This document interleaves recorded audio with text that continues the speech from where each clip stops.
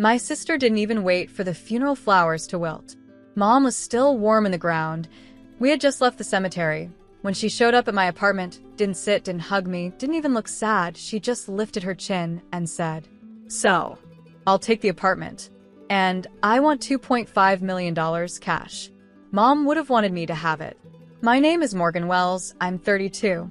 And if you think the quiet sister doesn't know how to end a dynasty, stay seated. Because I wasn't quiet. I was calculating. She thought silence meant softness. She thought calm meant weakness. She thought grief meant distraction. It's funny how the greedy assume the gentle ones are easy prey. My sister, Colleen, always believed she was entitled to the bigger slice of everything because she was the golden daughter, the one Mom bragged about, the one who knew how to network, the one who looked expensive, the one who married well. Meanwhile, I was always the one who works too much. Invisible unless needed. Colleen kicked off her shoes, sat on my couch, and scrolled through her phone like this was a business meeting. Then she snapped her fingers at me, literally, and said, "Do the bank transfers tomorrow morning. You know Mom always wanted me taken care of." My jaw didn't clench. My breath didn't shake. I just looked at her with a face she had never seen from me before.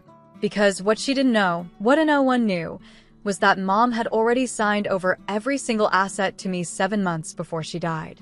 And Mom didn't just leave money. She left proof. Colleen had no idea Storm was already waiting behind her smug confidence. The next morning, I didn't rush.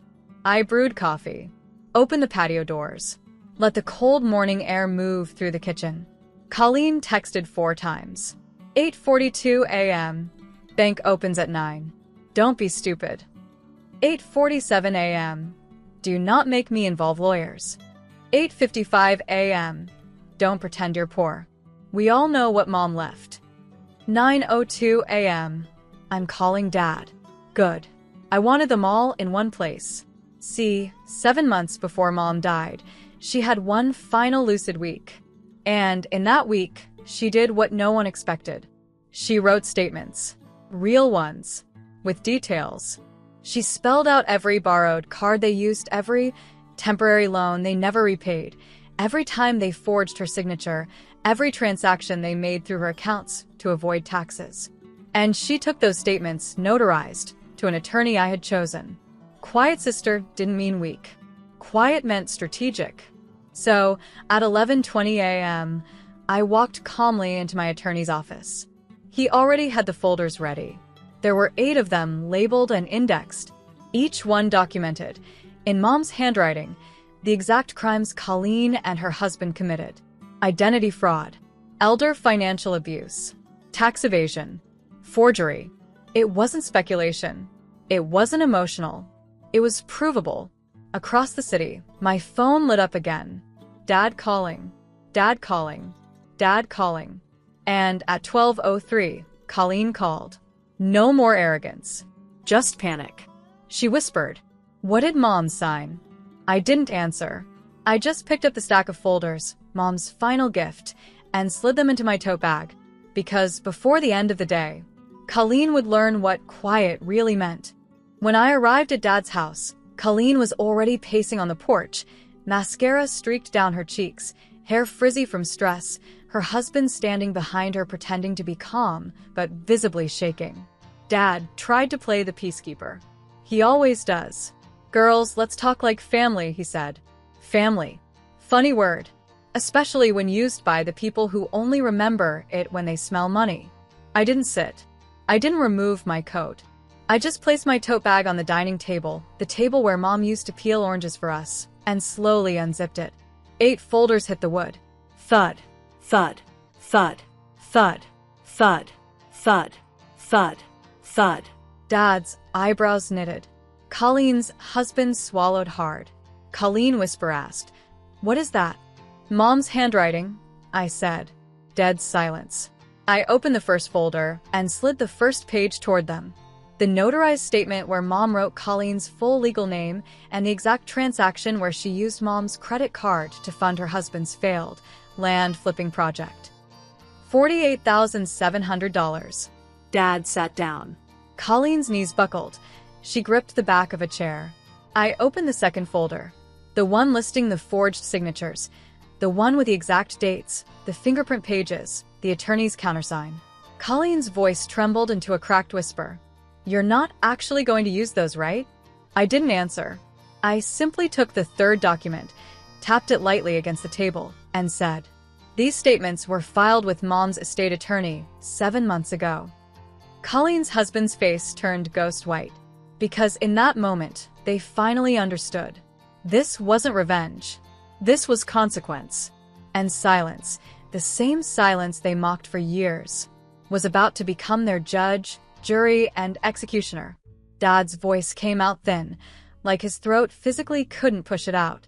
"Why didn't you tell us any of this earlier?" I finally sat down. Not out of weakness, out of position. Power sits. Power doesn't hover. "I tried," I said quietly, "for 22 years. Colleen's husband sank into the chair across from me like his bones turned to sand. The same man who once told me to stay in my little office job lane now couldn't make eye contact. Colleen's hands were trembling so badly she had to pin them between her knees. Dad rubbed his forehead, staring at the table as if the grain pattern could save him. I slid the final envelope forward. "This is the only one that actually matters today." Colleen hesitated, then ripped it open. Inside, a single sentence, signed and sealed by the estate attorney. "The full inheritance distribution has already been finalized and transferred." Dad blinked. Colleen blinked. Her husband's mouth dropped open. "What does that mean?" Dad croaked. I folded my hands. "It means the inheritance is legally closed. No redistribution. No appeals. No second signatures. Mom's estate is already executed." Colleen looked like she'd been hit in the chest. "You already got the money?" "No." I kept my voice soft, devastatingly soft. "That is what you assumed." Colleen's lips shook. "Then who?" "The foundation," I said. They stared, confused. I continued. "The Coastal Film Arts Foundation, the one Mom supported quietly for years. She left every cent to sponsor young women in film and design. Her will was signed 2 months before her stroke. You were never heirs to money that was never yours." Colleen's face collapsed, not into sadness, but into realization.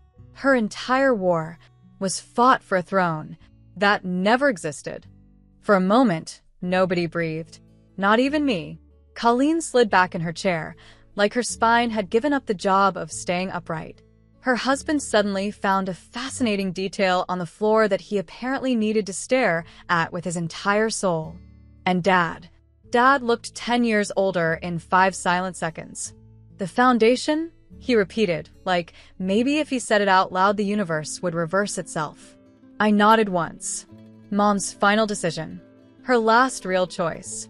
And the only choice she made free from anyone's manipulation.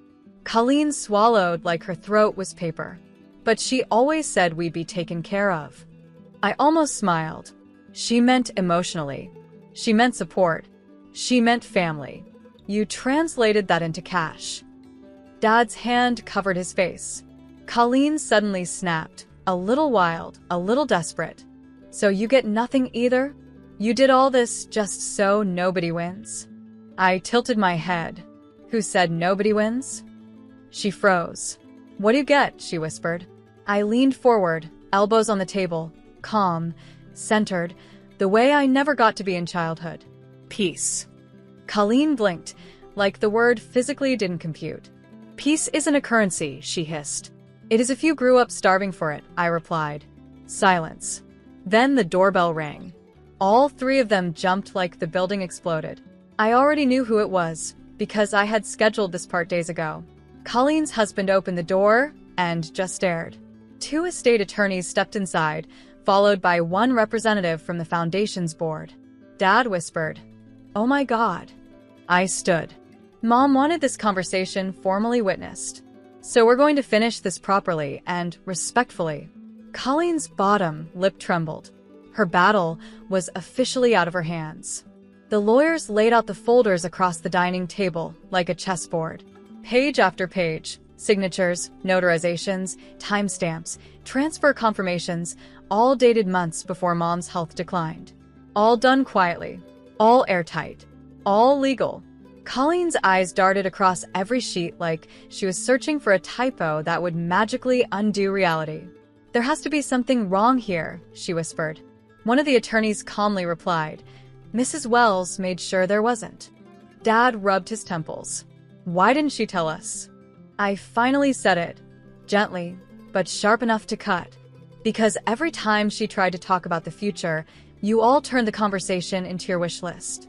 Colleen blinked fast, tears rising now. Her husband muttered, "We thought she was just overthinking." No. They thought Mom was a bank. Silence stretched.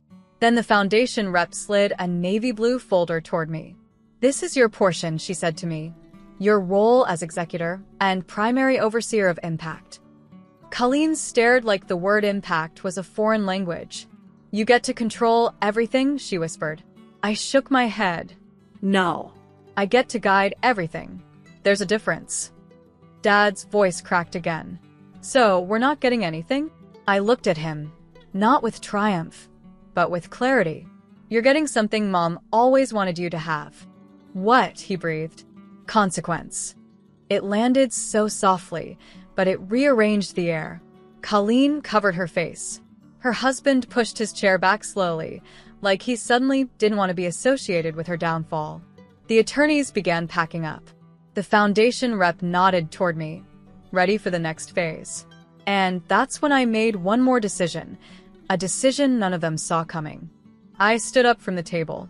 Colleen looked up at me, red-eyed, still waiting for some miracle clause to appear, some last-minute twist where she'd still walk away rich. I walked to the window instead.